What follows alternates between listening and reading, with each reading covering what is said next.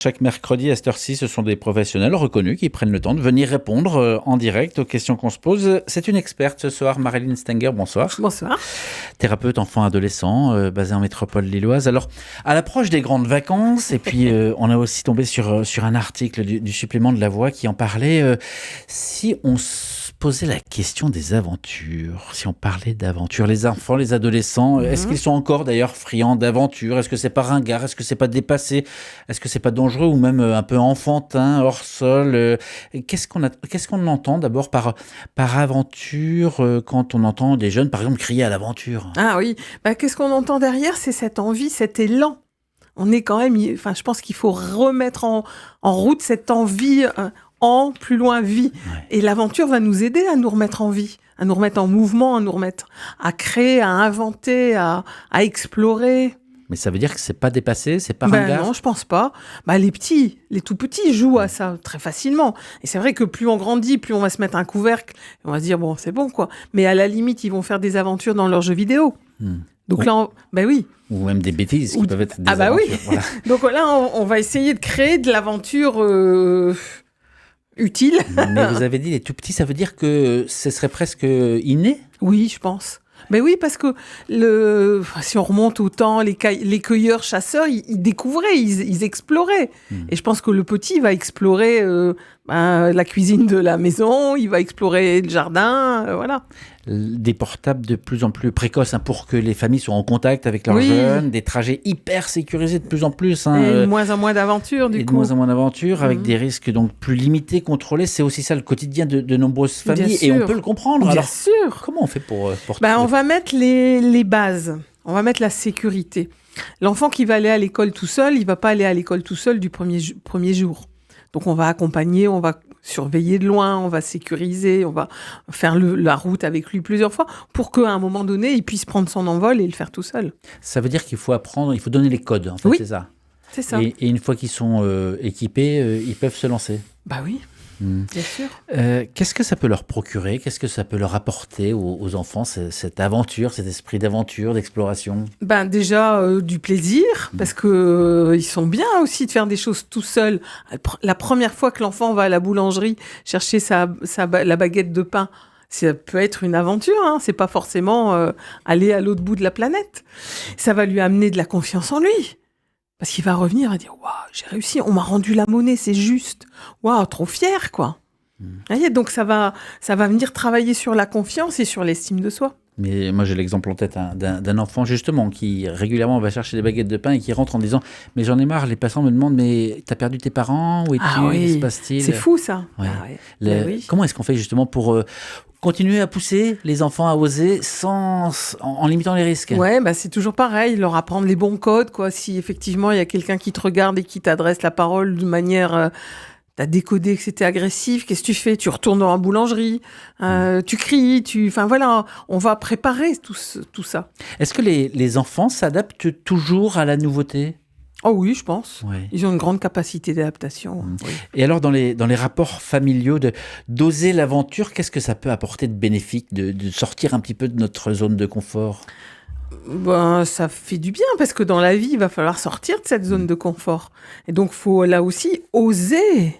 C'est drôlement important. Alors peut-être que dans la fratrie, il y en a un qui osera moins. Donc il y a peut-être le frère qui est plus aventurier, qui va guider son petit frère ou sa petite sœur ou le plus grand, peu importe. Et du coup, on va y aller peut-être plus facilement si j'y vais avec mon frère ou ma sœur. Est-ce que le degré d'aventure des enfants, finalement, ne dépend pas un peu du rapport au monde, tout simplement, des parents? Si, parce que si les parents sont extrêmement anxieux, évidemment... Et on le ressent, ça, à l'école, il va falloir se lancer dans la cour de récréation. Mais si j'ai pas osé me lancer tout seul dans le jardin, je vais pas forcément oser me lancer dans la cour de récréation. Et ça pourrait poser un problème. Ouais, alors l'aventure, ça veut pas forcément dire des découvertes en terrain inconnu. Non. Qu'est-ce que c'est l'aventure? Ça peut être, je vais aller dans le jardin et je fais l'observation des fourmis. C'est une petite aventure. Je vais observer les oiseaux, je vais aller chercher la baguette de pain, je vais lire un livre. C'est l'aventure de lire un livre? Ça peut. Ouais. Parce que quand on est passionné par le bouquin, on a l'impression qu'on est le héros. Un déménagement, c'est une aventure? Tout à fait.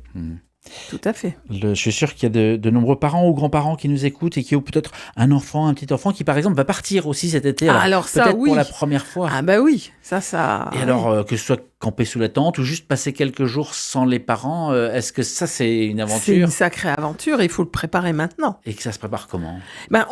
Si l'enfant va aller en colonie ou avec les scouts, et qu'il est content, tout va bien, hein, voilà. Parfois, ce sont les parents d'ailleurs qui ont un peu le blues, hein, ça pleure quand on dépose les enfants. Mais si l'enfant est inquiet, là, on va utiliser les moyens qu'on connaît, on va aller montrer le trajet avec sur les moteurs de recherche. Peut-être qu'on peut trouver des caméras aussi qui vont montrer là où il va aller s'installer.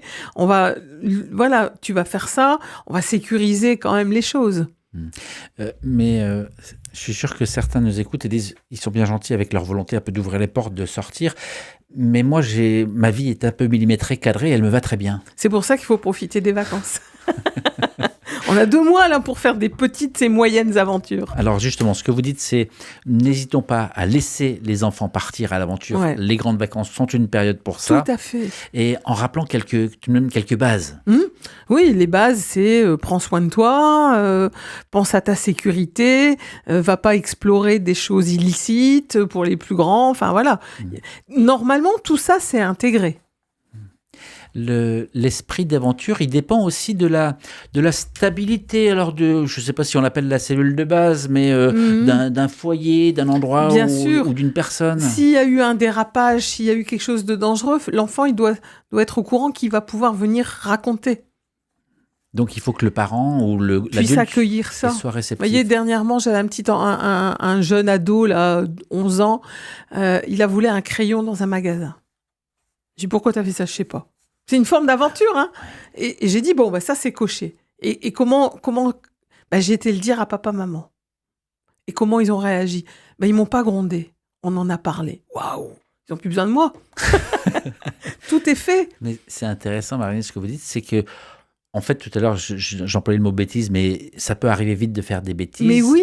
Mais en fait, ça part aussi de cet esprit d'aventure. Mais oui, bien sûr, je vais tester parce que pendant qu'il a fait ce vol, il y a eu un coup d'adrénaline, il y a eu le cœur qui s'est mis à battre. Il y a Obsène, il m'a raconté, j'avais pas besoin de ce crayon.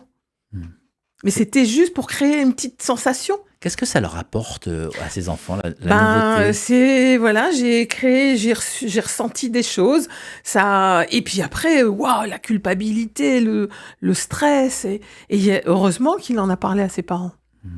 Alors, il y a aussi pas mal de témoignages faciles à retrouver de sensations que les enfants sont de très bons passeports pour l'aventure. Par exemple, quand on voyage loin avec un pays dans une langue étrangère, quand on découvre des lieux, les enfants vont avant les adultes et créent des liens. Tout à fait, c'est incroyable d'ailleurs. Parce que là, il n'y a plus de barrières, on y va, quoi. Ouais. Et comment on peut comprendre ça? On a parlé tout à l'heure que c'était inné, mais comment le comprendre?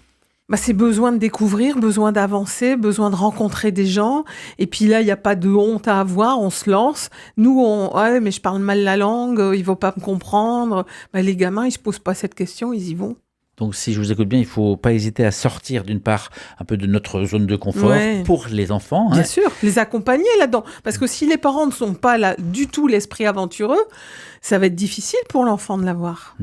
Et l'aventure aussi, ce qu'on a dit, c'est pas forcément, là je disais le bout du monde, mais c'est pas forcément aller loin. Non, allez, c'est moi qui fais le repas ce soir, c'est une petite aventure. Ouais. Je vais faire les lasagnes de ce soir, allez. Sauf qu'adulte, on a régulièrement tendance, quand il y a un raté dans l'aventure, à mettre le point sur ça. C'est ça. Et alors, qu'est-ce qu'il faudrait changer? Et là, il faut changer le regard. Ok, ça, c'est pas terrible. Mais alors, dis donc, j'ai vu, t'as nettoyé la cuisine. Génial. T'as pensé à faire ça et ça. Ouais. Alors, les lasagnes, elles sont certes un peu trop cuites, mais n'empêche que t'as réussi à faire ça et ça. On entend très souvent les parents dire attention, la ville, le métro par exemple, c'est la jungle. C'est la jungle. Alors, la jungle, ça pourrait être effectivement l'esprit d'aventure, mais la jungle, ça veut aussi dire... Il y a des carnassiers, il y a des féroces, il y a...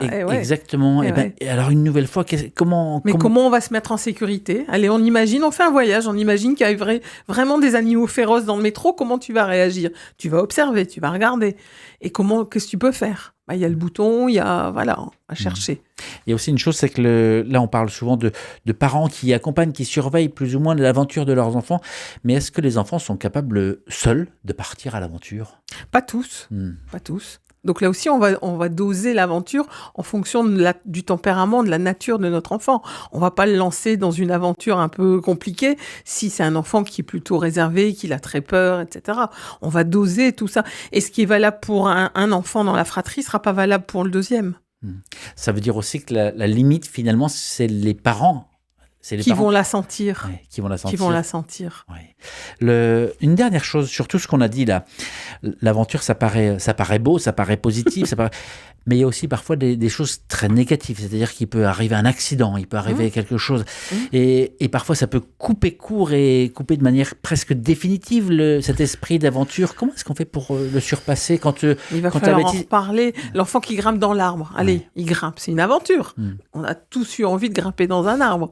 La majorité du temps, ça se passe bien. Des fois, il peut tomber, il peut se casser une jambe. Bon, donc là, il y a effectivement arrêt physique. Il est dans le plâtre pendant un moment. Bon, mais on va reparler. Et peut-être que le coup d'après, on va aller faire de l'acrobranche avec lui, pour pas rester sur cette peur-là. Et quand l'enfant n'y est peut-être pour rien, que ce soit, je sais pas, un accident de vélo, un accident de roller, comment est-ce qu'on fait pour justement surmonter et réintroduire cet esprit d'aventure? On va y aller tout doucement. Hein. Au cheval, par exemple, on dit, quand on a fait une chute de cheval, il faut remonter tout de suite. Sinon, on n'y remonte plus. Et ça, vous le confirmez? Ah oui. Ouais. Et dans les... Alors, sans indiscrétion et sans trahir le secret, dans les jeunes que vous rencontrez, cet esprit d'aventure, vous le sentez, ce besoin finalement, cette envie et cette nécessité? Oui, et j'allais dire, le problème, c'est quand on ne le sent plus. Quand on le sent plus, parce que ça arrive, qu'est-ce que t'aimes? Je sais pas. T'as envie de quoi cet été? Je sais pas. Là, il y a un problème. Ça veut dire qu'il faut sentir l'esprit d'aventure et s'il est presque éteint, être capable il faut le relancer, il faut le ranimer. Mais t'aurais envie de quoi? Je sais pas. Et là... Et les parents et l'esprit d'aventure, parce que là, on a beaucoup parlé des enfants. Oui, nous aussi. Nous aussi, on a des moments dans notre vie où on n'est pas capable, parce qu'on a un problème au boulot, parce qu'on est malade, et c'est tout. Il ne faut pas se culpabiliser. Il y a des moments où on n'est pas forcément ouvert à l'esprit d'aventure. C'est clair. C'est normal. C'est normal. Il y a des hauts et il y a des bas dans une vie, et c'est tout à fait normal.